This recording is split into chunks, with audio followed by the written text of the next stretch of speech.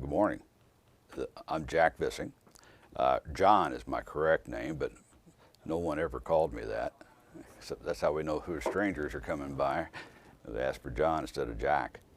And I am the son of Richard and Edna Vissing, and I'm a lifelong resident of Jeffersonville, Indiana. And I have been a school teacher. I have worked in the boatyards, and I am now an attorney. And I have been an attorney since 1976.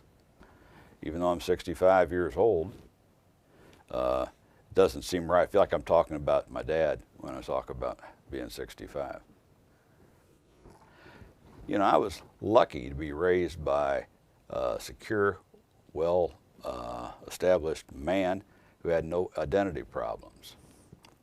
My dad, Richard Vissing, although he served as mayor for 20 years, which is the longest consecutive period of service anybody's ever had in the city of Jeffersonville, and was offered the lieutenant governorship to run during part of that time, began as a mechanic in a family garage here in Jeffersonville.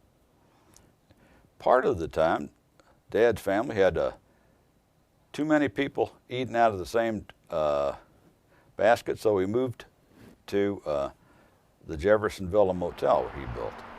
And that was a place, our home was there.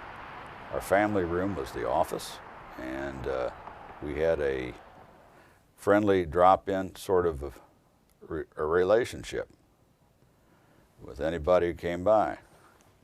One of the people who came by on a frequent basis was Reverend Branham. Now, we never knew him as Reverend Branham. We always called him Billy. And he and Dad were the best of buddies.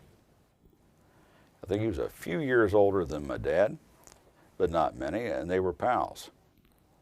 I recall sitting on the floor in front of the TV set with these two fellows behind me, drinking a cup of coffee or a Coke, telling stories about how things were. They were friends all through life. One day my dad told me, he said, you know, Billy Branham fed people. He said a lot of people would have starved to death in the Depression, but Billy carried a 22 with him when he was out walking the lines and shot squirrels and rabbits and brought them back and fed folks. He said, never thought twice about it. Now, one of the issues you guys brought up to me was the George Rogers Clark Bridge and the fact that people fell and were involved in they're still there. They're inside the pillar. Now, that wasn't really widely reported. That was opened in 1929. My dad was 14 years old then and had taken a car out of the garage and sat at the line where the ribbon was all night long to be the first one to drive over with his cousin. And he's got a little silver or bronze medallion they were giving away to people on the bridge that day. So that would put that a year and a half, 2 years earlier when they were building that pillar. My grandmother, Maud, and another lady, Dorothy Phillips, were also St. Luke's member, were younger people. Dorothy was about my dad's age and was standing on the bank and told me the story that she watched the scaffolding collapse. And there were people who fell inside the pier, workmen. Now, the cement just kept coming on top of them, and they couldn't stop the pour because it would have to tear the whole pillar down. So those guys are there today. Inside the pillar. Inside the pillar. I guess it was never really widely reported in the news media, but my grandmother assured me that that was true. And I know that Dorothy, who's long since deceased, said she was there and saw it.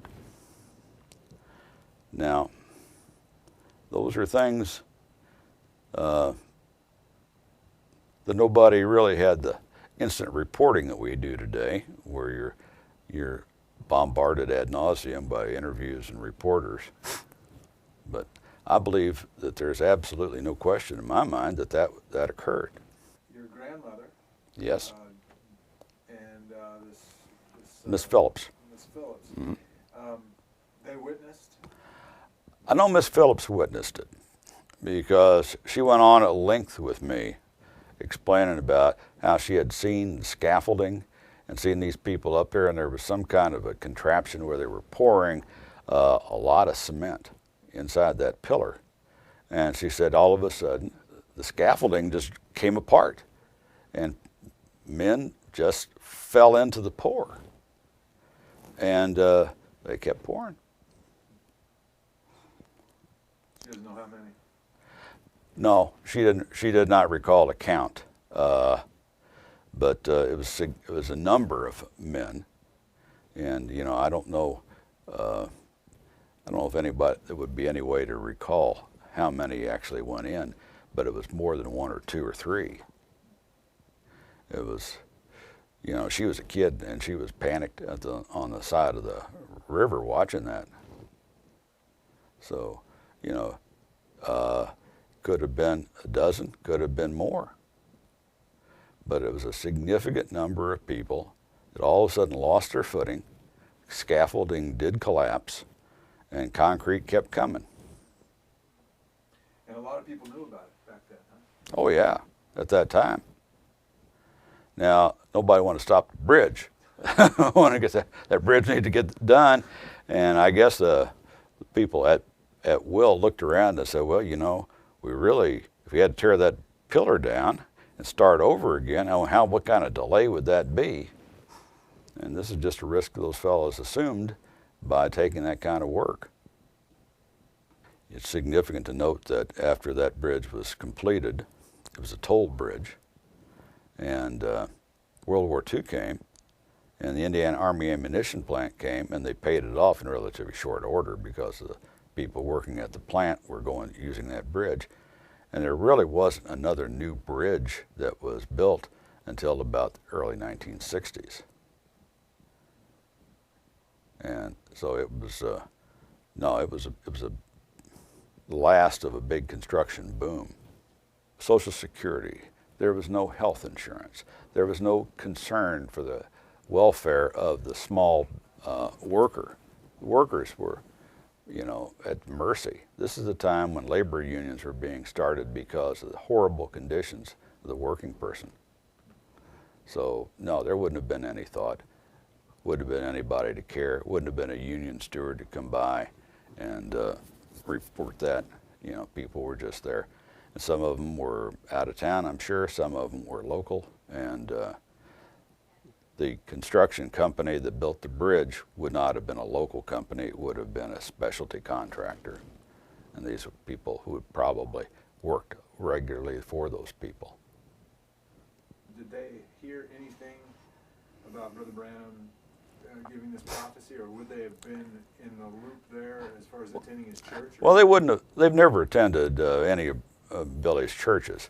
They were always at St. Luke's out here, so we've never been a part of the congregation there with Brother Branham. Although, on special occasions we have attended, functions that he had, but I don't recall any of them telling me directly. Now, I know that my dad said that Brother Billy had gift of sight and a gift of, he was clairvoyant in a lot of things. And I know that at the motel, remember, that was in the 50s when we lived there, a lot of Brother Branham's parishioners or friends or people who came to him for healing stayed with us. And they would rent a room. And I recall my dad on a Sunday afternoon taking me aside and said, see that guy there? He said, yeah, he came in on crutches in a wheelchair, and he's walking out of here today. He said, Brother Branham healed him. And that was the Jeffersonville Motel? Jeffersonville Motel.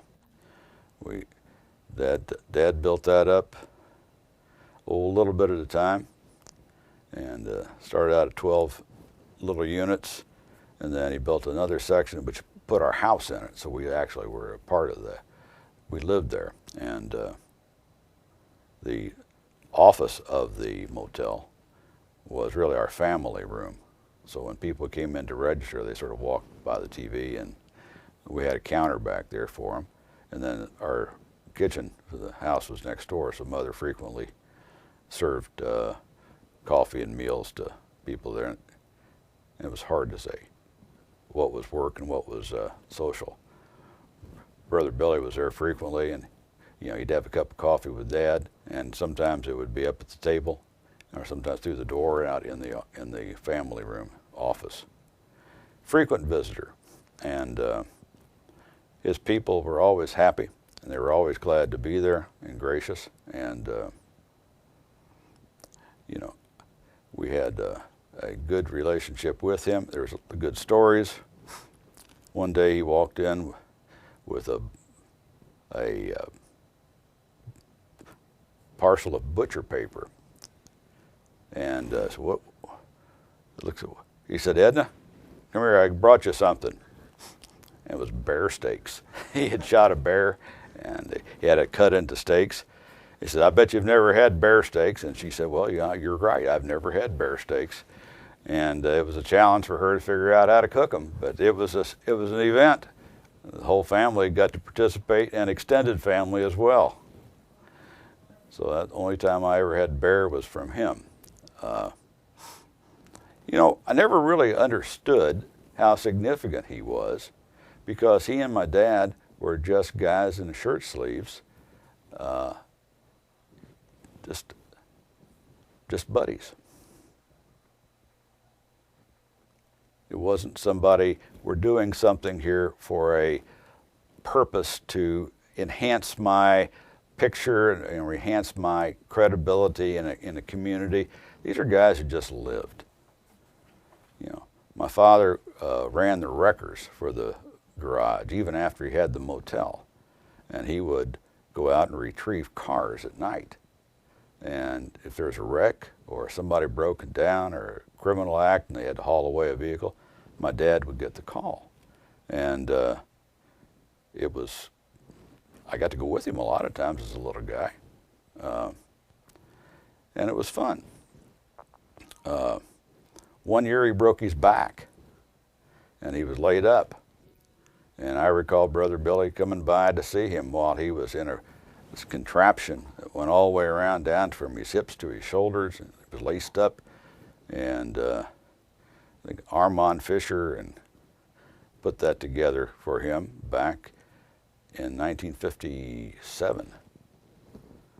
In 1958, I had rheumatic fever, and I woke up one morning. I'd had an inner ear infection.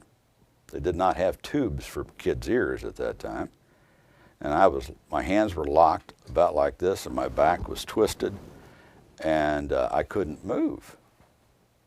And so Mother, of course, was in a panic, and the whole day was spent taking me straight to the doctor, and then straight into St. Edward's Hospital in New Albany, where I spent the next 3 weeks with rheumatic fever. They found out that I had a heart murmur, and they were terrified. They were pretty much concerned that this could be a fatal experience for a 10-year-old. And I recall Brother Billy coming by and seeing me when I got home, and said, "You don't worry, you'll be all right." Well, I still have the heart murmur, but here I am. I'm 65 years old. It did not kill me, and it gave my parents great comfort. And I'm not perfect by any stretch of the imagination, but I keep going.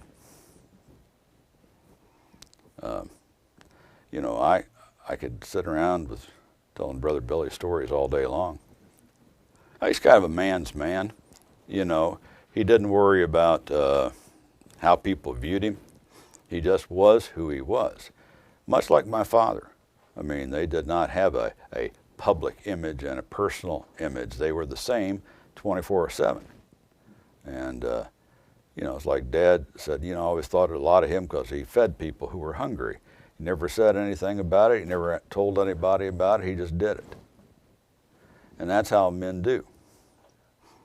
There are a lot of people who are male, but really aren't what I'd call a man. So I was lucky. I was raised by a bunch of guys who really had no self-esteem questions. They knew who they were. Brother Billy is one of those kind of guys. I'm lucky to be around him.